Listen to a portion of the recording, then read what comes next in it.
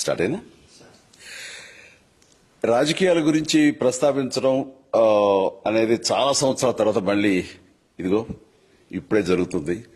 దానికి ప్రధానమైన కారణం తమ్ముడు పవన్ కళ్యాణ్, అలాగే చంద్రబాబు నాయుడు గారు తెలుగుదేశం నుంచి, బీజేపీ నాయకత్వం వీళ్ళందరూ ఒక కూటమిగా ఏర్పడ్డారు. అది చాలా సంతోషం, మంచి పరిణామం.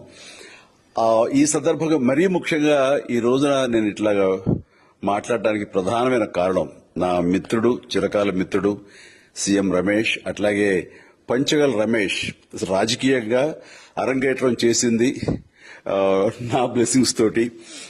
అది తను ఆ రోజు నుంచి ఈ రోజు వరకు కూడాను ఎక్కడున్నా నా దీంట్లోనే ఉంటుంటాడు. అలాంటి పంచగల్ రమేష్ అండ్ సీఎం రమేష్ గారు వీరు నాకు కావలసిన వాళ్ళు ఇద్దరు కూడాను అనకాపల్లి కాన్స్టిట్యున్సీ లో ఎంపీ క్యాండిడేట్ గా, అలాగే పెందుర్తి ఎమ్మెల్యే క్యాండిడేట్ గా వీరు నిలబడటం అన్నది నాకు చాలా సంతోషంగా ఉంది. ఎందుకంటే ఇద్దరు చాలా మంచి వాళ్లే కాకుండా సమర్థవంతులు. ఇలాంటి వాళ్ళు అలాంటి కాన్స్టిట్యున్సీకి, దాని అభివృద్ధికి ఎంతగానో దోహదపడతారు అన్న నమ్మకం నాకు చాలా ప్రగాఢంగా ఉంది. ముఖ్యంగా సీఎం రమేష్ గారికి కేంద్రంతో ఉన్నటువంటి సంబంధాలు, అనుబంధం ఇది మరీ మరీ ప్రత్యేకం. నాకు అది ఎప్పటి నుంచో తెలుసు. వారి గురించి నేను వింటూనే ఉన్నాను, చూస్తూనే ఉన్నాను.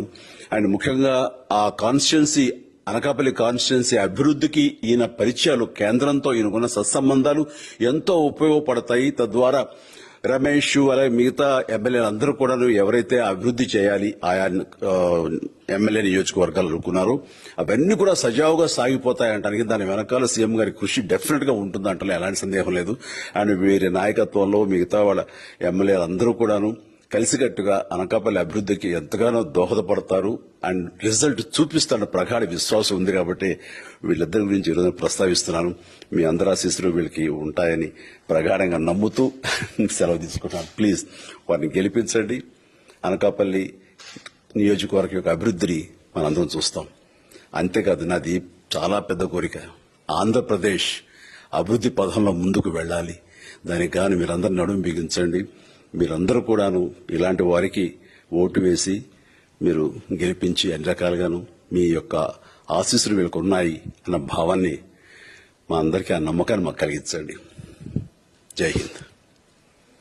ఇందులో మాకు కావాల్సిన